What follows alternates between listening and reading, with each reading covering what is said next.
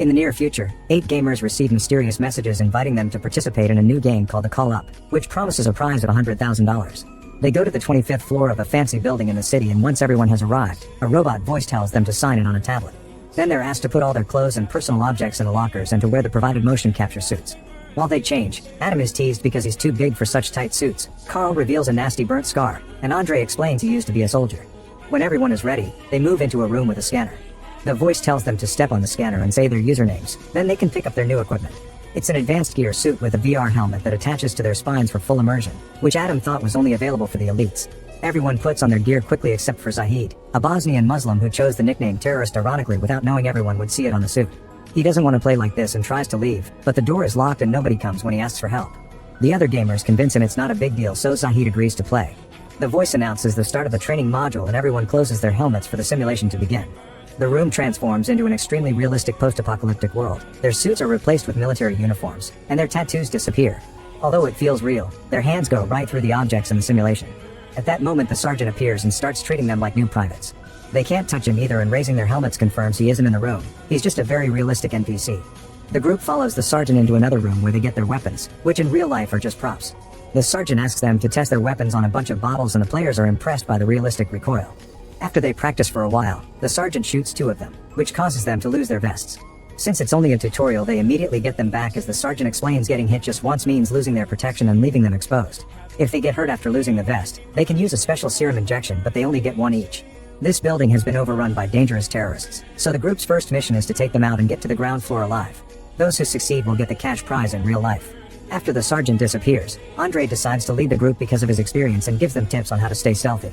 They look around the different rooms until an enemy appears in the corridor and opens fire. Most of the group hides, but Andre moves fast and kills the guy. While the voice announces that they've completed level 25 and all the points are for Andre, they touch the body and confirm it's also an NPC. When they take the stairs, they discover there's a mechanism that will electrocute them if they try to leave without finishing the level. The group enters level 24 and finds more advanced weapons, so Andre teaches them how to use them. They move into the main room and Marco kills the first enemy that appears. Gaining confidence, most of the players begin running around and using random objects for cover while bringing down all the terrorists. Adam wastes all his bullets without landing a single shot, so Andre cuts in to shoot the guy and gets hit in return, so he loses his vest. Meanwhile, Taylor is having a panic attack. It turns out that a friend of hers received the invitation and she came in her place, but she can't handle the game's realism. Shelley tries to comfort her and remind her that this is just a game, but when it's her turn to shoot someone she can't do it either. The terrorist approaching the girls is killed by Carl, who is then shot and loses his vest too. Carl tries to surrender, but the enemy shoots him again, so Shelley runs out to kill the guy. Both Carl and Shelley open their helmets, and even in real life, Carl can feel the unbearable pain. They return to the game and Andre injects Carl with the serum to instantly heal him. A traumatized Carl opens his helmet again to throw up in real life and says this can't be a game. Afterward, the whole group opens their helmets to take a break. While Adam finds new weapons, Carl explains he felt real shocks and theorizes this must be a reality TV show. Zahid panics and tries to take off his suit but can't, so Marco thinks it's a test. Then Zahid points out this could be an experiment by the military and Marco agrees, saying that Andre must be their inside man. An argument ensues and things get tense, so Andre goes to the bathroom to calm down. The players don't realize the game is still going and the terrorists they killed are revived. One of them corners Andre in the bathroom and he only gets to close his helmet before he gets shot down. He wants to heal himself, but he's already used the serum on Carl. The others hear noises and close their helmets too, only for Edward to immediately get shot down. The group runs to hide and Taylor tries taking the stairs, but the level isn't completed yet, so she's blocked. Soon the terrorists are opening fire and the team defends themselves the best they can. Edward heals himself with the serum while Andre drags his bleeding body through the corridors. When Adam throws a grenade, he kills all the remaining enemies and the level is finally over with Adam taking the high score. Without the gunshots, the team can finally hear Andre asking for help. At that moment, Andre opens his helmet and hears a timer before his brain is electrocuted, causing him to convulse for several minutes. By the time the others find him, Andre is already dead. Shelley tries doing CPR to no avail. The voice announces they can proceed to the next level, but the group doesn't want to play anymore.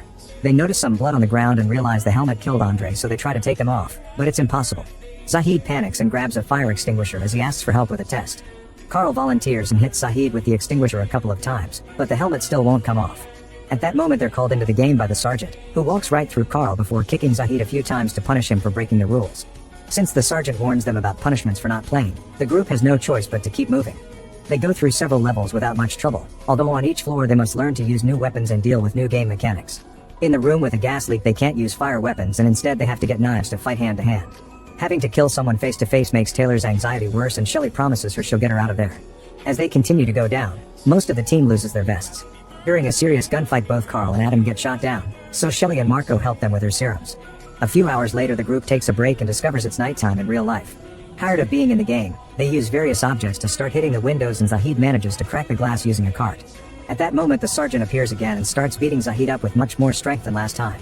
Zahid tries to run away by taking the stairs, but the sergeant kicks him down and the resulting fall causes Zahid to break a leg.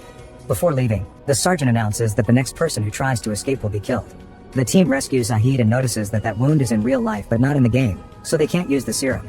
The computer voice reminds them that they need to move, so Zahid asks them to hide him and leave without him. The group puts him down behind some furniture, and minutes after they leave, Zahid dies of blood loss. On the next level, Marco argues with the others over the new weapons, and the distraction allows a hidden enemy to shoot him in the rear. While the team fires back, Taylor runs to hide in a bathroom stall. After lots of shooting, a grenade ends the fight again, and Shelly helps Marco with a serum. The team realizes Taylor is missing and goes looking for her. A terrorist appears in the bathroom and starts checking the stalls one by one. Shelly hears him, so she bursts through the door and stabs the guy first. The level ends and Edward gets the high score, putting him in first place on the board. While taking a break, the team discusses their lives and realizes all of them have no family, which means they were chosen because nobody would look for them. This way they can get killed and the company won't get consequences. The group moves to the next level and finds the sergeant beating up a hostage. He explains there's a bomb in the basement that will blow up the building and kill them all if they don't stop it soon. The only way to disarm it is to get the code from the hostage. Since the guy is connected to voltage transmitters, Edward doesn't hesitate to start electrocuting him without mercy. After begging for his life to no avail, the terrorist says a word and Adam writes it on the computer. However, this actually activates the bomb and there are only 30 minutes to manually override it before it explodes. While the sergeant leaves, the hostage laughs at them and Taylor kills him. A furious Marco blames Adam for this and tries punching him, but gets his hand hurt on the helmet, so he opens it to punch his actual face. When Taylor tries to stop him, she gets hit as well. At that moment, the sergeant's yelling voice can be heard saying he's holding the elevator door open. The team rushes to get inside and the elevator starts going down, only to stop rather abruptly. The doors don't fully open, so Marco pulls to create enough space for everyone to come out. However, when Adam tries to leave, Marco blocks him as punishment and they both end up stuck inside. The elevator takes them to the third floor and closes after they come out. The duo sees a crashed helicopter outside the window before they start advancing through the level. Marco forces Adam to go first and Adam manages to kill a terrorist, but he also runs out of ammo. This doesn't stop Marco from pushing Adam ahead, keeping him as a shield. This allows Marco to run and hide while Adam is shot down, and in a few seconds he's dead. With only 15 minutes left, Marco has a breakdown, but he doesn't hesitate to move when the voice announces this level is finished. Meanwhile, on the fourth floor, the rest of the team finds some weapons and starts searching the area. Suddenly a terrorist throws a smoke grenade and Carl has to step back as he has a panic attack. Shelly rushes to check on him and Carl explains he lost his girlfriend during the fire that gave him the scar. He blames himself for not saving her and now smoke is a trigger for him. With a few words, Shelly calms him down and convinces him to keep moving. The team continues to go through the different levels and reaches floor 1 with almost no ammo. While the others keep fighting the terrorists, Taylor searches the area and finds some serum. Suddenly Marco appears behind her and asks for the injection, but Taylor refuses, so Marco shoots her to death. When Carl comes looking for Taylor, Marco pretends he's being attacked and ignores him. Carl finds Taylor's body and after freaking out, he sees she's written Marco's username with her blood. A furious Carl opens his helmet and attacks Marco in real life, landing a few kicks before trying to choke him. However, Marco pushes Carl against a wall and brings him down to hit him until they separate. Carl retaliates by hitting Marco with a fire extinguisher, but Marco kicks him off. When Marco gets ready to shoot Carl, the sergeant appears and starts beating him up. After a few punches, the sergeant grabs Marco by the neck and strangles him until he dies. After finding the bodies, the 3 remaining players start making their way down with only 7 minutes left. When they reach the basement, the voice says this is the final level. The trio grabs the new weapons and searches the floor, killing the terrorists they find along the way. Whenever there's an opening, they try to move toward the bomb, but the enemies just keep coming. Carl throws a grenade and finishes the fight, so now they can move faster. However, a surprise terrorist appears in a van and quickly shoots Carl down while Shelly and Edward run to hide. While Carl searches for his serum injection, Shelly hears there are only 2 minutes left and tries to run to the bomb, only to be shot down too. Carl gets shot again as he moves toward her and heals her instead. He tells her to win before dying by her side. Edward then uses a bazooka to kill the last enemy and runs to stop the bomb with just a second left. Afterward, the sergeant shows up to congratulate them on winning. Edward starts repeating the sergeant's speech, revealing he's been the company's inside guy all along. The simulation ends and a bunch of men in black come in to put Shelly to sleep before they start cleaning the building and getting rid of the bodies. The game server deletes all the information on the players and initiates the shutdown sequence. In the morning, Shelly wakes up in her normal clothes and finds Edward in a suit helping the crew take care of everything. He gives her the bag with the cash prize, and when she threatens to go to the police, he points out nobody will believe her. When a man tries to sedate her again, Shelly fights back and injects him instead. Then she steals his gun and shoots all the lights in the parking lot. Edward sends his men after her, but after all the experience Shelly got in the game, she easily kills them all.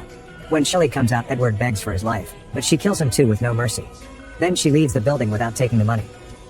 Make sure to subscribe and turn on notifications so you can watch more videos like this. Thanks for watching.